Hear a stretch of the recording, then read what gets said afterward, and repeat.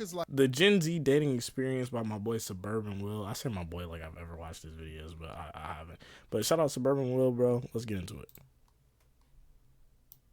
Oh, for people on YouTube, twitch.tv/Brando or whatever. You want to see the reactions live? Hang out in the chat. Pop out. life is like a race, except you're the only one running it. But at the same time, you can see everyone else running theirs. I'm in my 20s now, and I think it's probably the most awkward time in anyone's life. On Yeah. one hand, there's people around my age who were steadily working their careers, climbing the corporate ladder, going out on the weekends, and living the typical adult life. And on the other, there's still a lot of us trying to figure it out. But I think out of all the good things you can have in life, the one thing most of us want more than anything is someone to do it with. When I look around, I see a lot of Okay. my friends in long-term relationships, and some of them have even gotten married. But I also have a lot of friends who are my age and have never even I have. been in a relationship. I don't. Yeah. More. I have more of these than more people that I know that have gotten married. No cap. Like I think I know like 2 or 3 people that have gotten married. I know a whole lot of baby mamas and baby daddies though. I know a lot of those. Dating as a Gen Z adult is an interesting experience because dating comes with a lot of expectations. What do guys expect out of girls? What do girls expect from a guy? Yeah. What does one partner expect from the other? There's this constant push and pull between what people want from each other romantically, and social media is only making it worse. It's why I think a lot Dating in the social media age, ooh, that'll tear you down, bro. One thing I'm gonna say is, and what y'all need to notice is, social media is a fucking highlight reel. Please notice that. Please notice when I get on here, and I stream, I'm not this. This is me, but it's an amped up version of me, if that makes sense. I'm not talking and yapping in my day to day life. Like if most people that know me think I'm a very quiet person, so like that should tell you something. It's a highlight reel, bro. Like none of the shit that you see is real. Like it's real, but it's like I said, it's the highlights, bro. It's like when you watch a game, bro, like a basketball game. You only seeing the dunks. You only seeing the wild 3-pointers, the crazy crossovers. You're not gonna see when a nigga turn the ball over, bro. Or like football, bro. You're not gonna see when bro throw an interception for real. Or fumbles the ball. You're not gonna see that, bro. You're gonna see the flashy scoring. You're gonna see this. You're gonna see that, bro. When he routed a motherfucker up, you're gonna see the highlights, bro. That's all social media is. Their relationship isn't perfect. You shouldn't expect your relationship to be perfect. A lot of younger people think that romance is dead because social media is full of unrealistic expectations that I don't think 90% of young adults can meet. Yo, bro, what's your type? Well, I like short girls, but I go to the gym, so I also want her to be fit too. And I kind of like when girls have a bit of an attitude, but I think confidence is hot, so I want her to have a lot of pride as well. Okay, so you said short, fit, has an attitude, and a strong sense of pride. Yeah. Bro, I don't think you want a girlfriend. I think you want Vegeta. Now, I'm not blaming social media for being the reason people are single, but I think sometimes Nah, people that's forget hilarious. that social media is just a caricature of reality and that most things shouldn't be taken so seriously. Every other day on Twitter, I see people getting worked up over hypothetical situations that would never happen in reality, but they build their entire perspective on relationships around it. Babe, would you love me if I was a worm? What? If I got magically transformed into a worm? No cap. I've been with a lot of I almost said males. I almost mixed the two together. I've been with not a lot of women, but I've had my fair share of talking stages in relationships. Never have I had these dumbass conversations. I've never had them. Never. Like I've had conversations where I'll be like, what are you talking about? But I've never had a would you love me if I was a nah, bro, I've never had those. Still your girlfriend. Would you still love me? I mean, how could you be my girlfriend if you were a worm? Wow. Bro. Just wow. What kind of question is this? Why would you even be a worm? This is why men deserve less. How am I supposed to date a worm? The truth is that there are a lot of really cool people out there that are looking for someone compatible to spend their time with. But a lot of the time, we only get to see the negatives. And sometimes this causes us to shut ourselves down before we even give someone else the chance to possibly say yes. Believe it or not, I've had girls that were interested in me tell me they were afraid to approach me because they didn't think they were my type. But the truth is, I don't think I don't think I'm good looking, but I don't think I'm like, I don't think I pull most people that I think I do end up attracting. When a girl hits me with the, I used to have the biggest crush on you, but like, I didn't know if you felt the same. Why didn't you ask? Why didn't you ask? Like, come on, bro. Like, and it's technically not a fumble on my part. It's not my fault, but damn. I don't have a type. Superficial things like someone's height, weight, income, or other things are temporary. And if you base your relationship with someone on those things, then the relationship will also be temporary.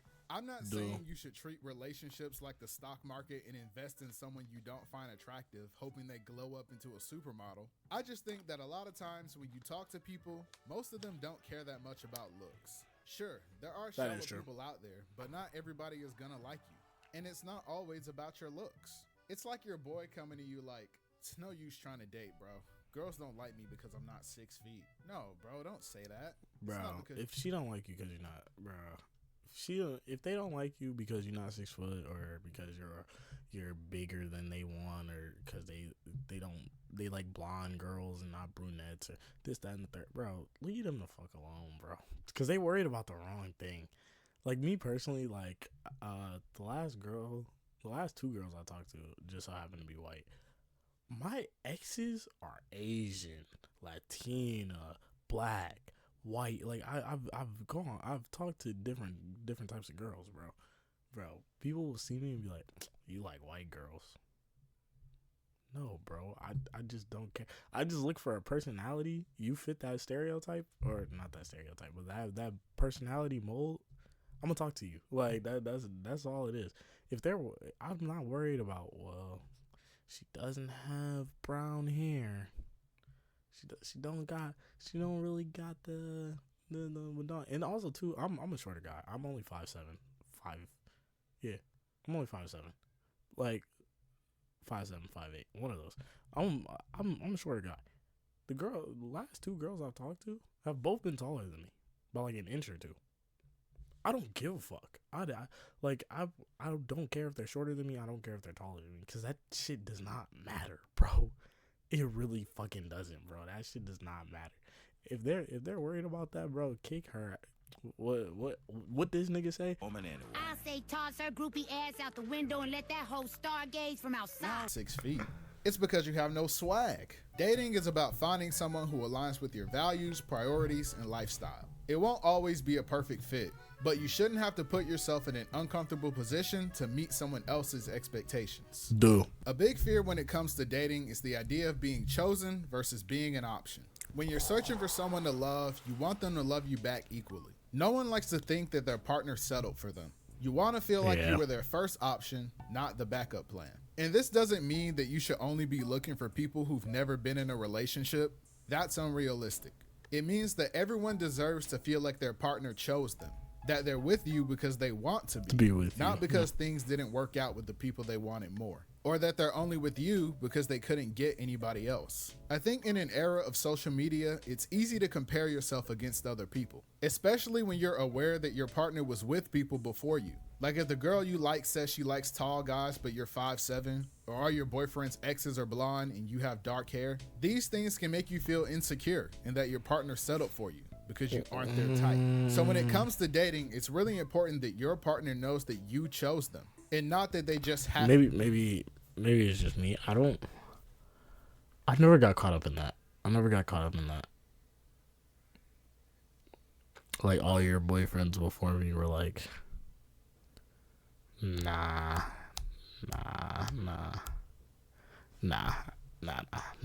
Happened to be your best option.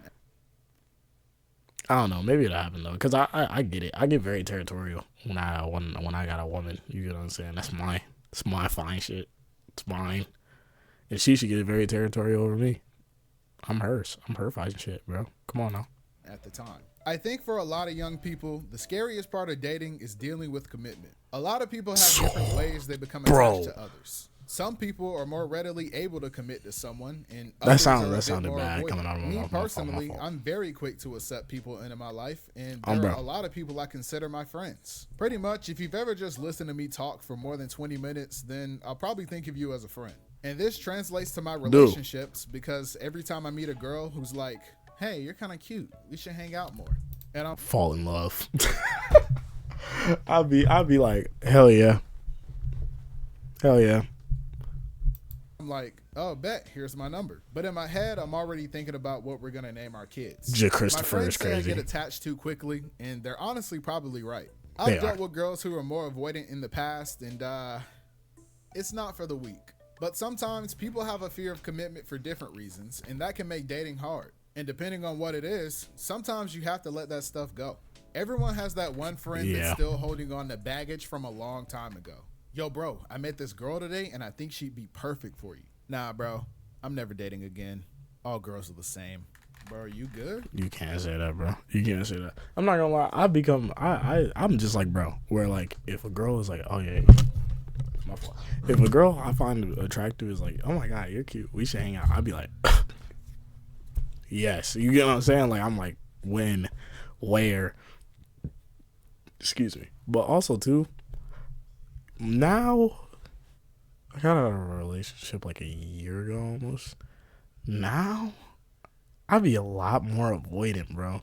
Like, I don't have notifications turned on for most apps.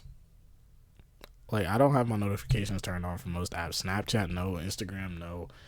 I think I have it on for Twitter, but it's only, like, post notifications for, like, sports and shit. Like, I don't have my notifications turned on. So, like, I have to go on those apps and look to see if you texted me. You get what I'm saying? It's a lot. I'm not gonna lie. It's a lot more peaceful. It's a lot more peaceful. No cap. What's wrong? Yeah, bro. It's just, I still have some trauma I'm dealing with from my last relationship. Oh, I'm sorry to hear that, bro. What happened? I got cheated on. Oh, that's tough, bro. How'd you find out? I went to lunch early that day, and I caught her in the act. No way. Yeah.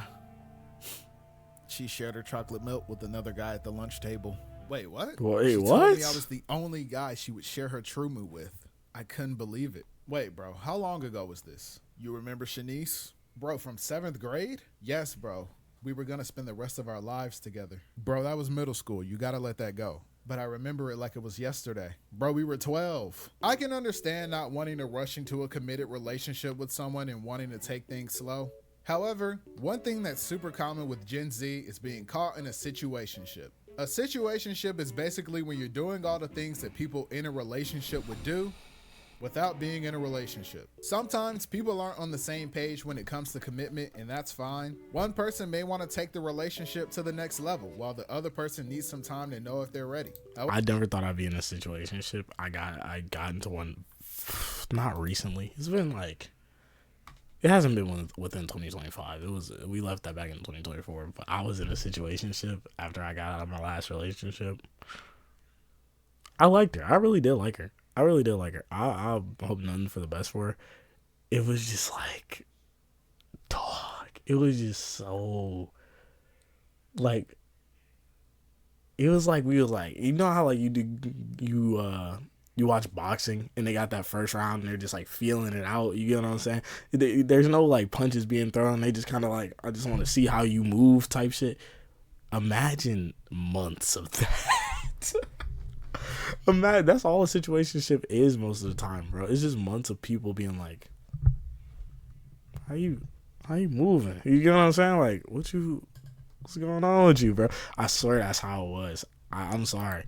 I really did like her though. I really did like Shawty. I wanted to get in a relationship with her, but I got to a point where I was like, I'm tired of feeling it out, bro. Like, I don't know what this is anymore, bro. You're scaring me. I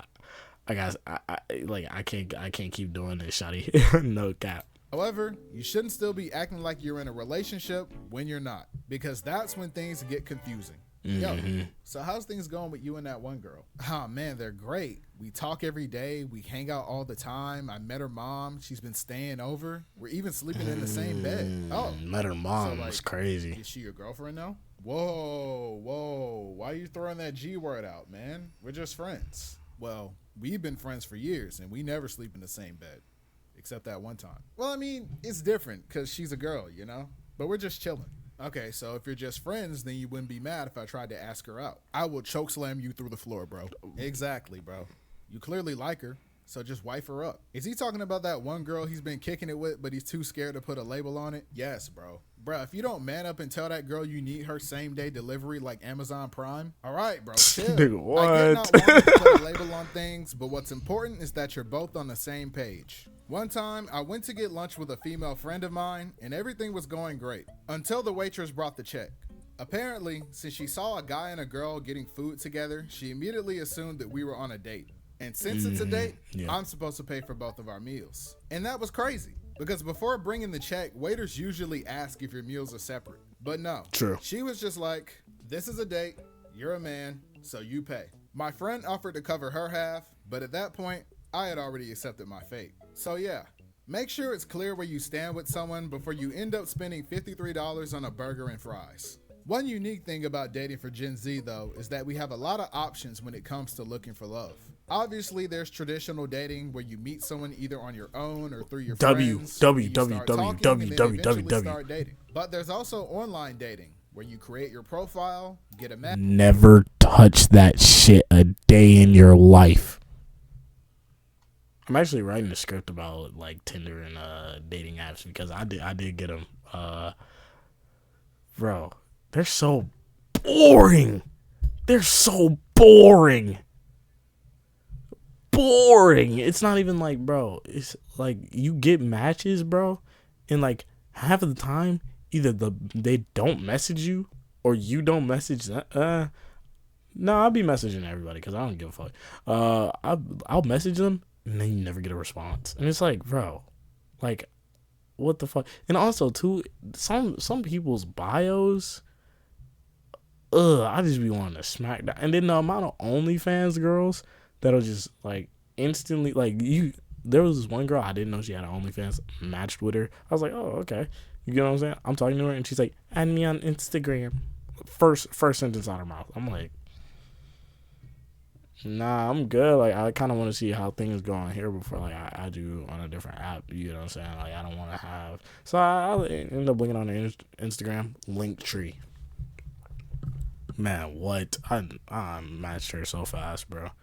Cause you're just trying to streamline this into your OnlyFans, bro. Like, what? Match and hope that the stranger you meet is normal enough to not make you want to block them on everything the second the date is over. And there's also e-dating, which is cringe. Traditional dating may seem less common among Gen Z with how prevalent dating apps are, but a lot of relationships still start this way, especially if you're still in school where you're regularly surrounded by people around your age. There are a lot of obstacles that get in the way of traditional dating, though, like having enough free time to go out and meet people, or having enough personal connections to find an available partner, or even just having enough money to keep going on dates. But the biggest hurdle by far is dealing with rejection. No is one of the hardest words to hear. Building up the courage to approach someone is hard enough as it is, and for it to not go your way really stinks. People walk around every day with countless insecurities living in the back of their head, so no matter who you are, being rejected can make you feel like you're just not good enough. And that's fair. You've probably heard it before. The worst she can say is no. And no, it's not the worst thing she can say. It's you could not. walk up to a girl and ask her out, and she could look at you and say, ew, I would never go out with an ugly, stinky, bald-headed, swagless nerd like you. My standards aren't that low. And honestly, at that point, and then you think to yourself, but that's like, only the worst case scenario. You ain't have to Most say of all the that. time, rejection usually goes like this. Hey, I saw you across the way there, and I thought you were really pretty. I was wondering if you'd like to go out sometime? Oh, that's really sweet. Thank you. But I'm not really looking for anything at the moment. Sorry. Oh, okay. Yeah, no worries. Have a nice day.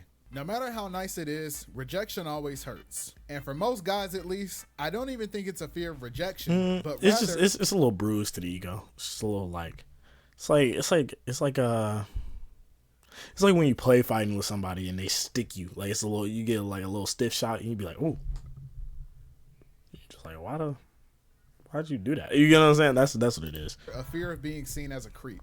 And I completely understand. The thought of making a woman uncomfortable is almost unbearable. But you can't let your Chat, bro. Chat. When I tell you, that is the scariest thing ever. I'd never want to approach a woman.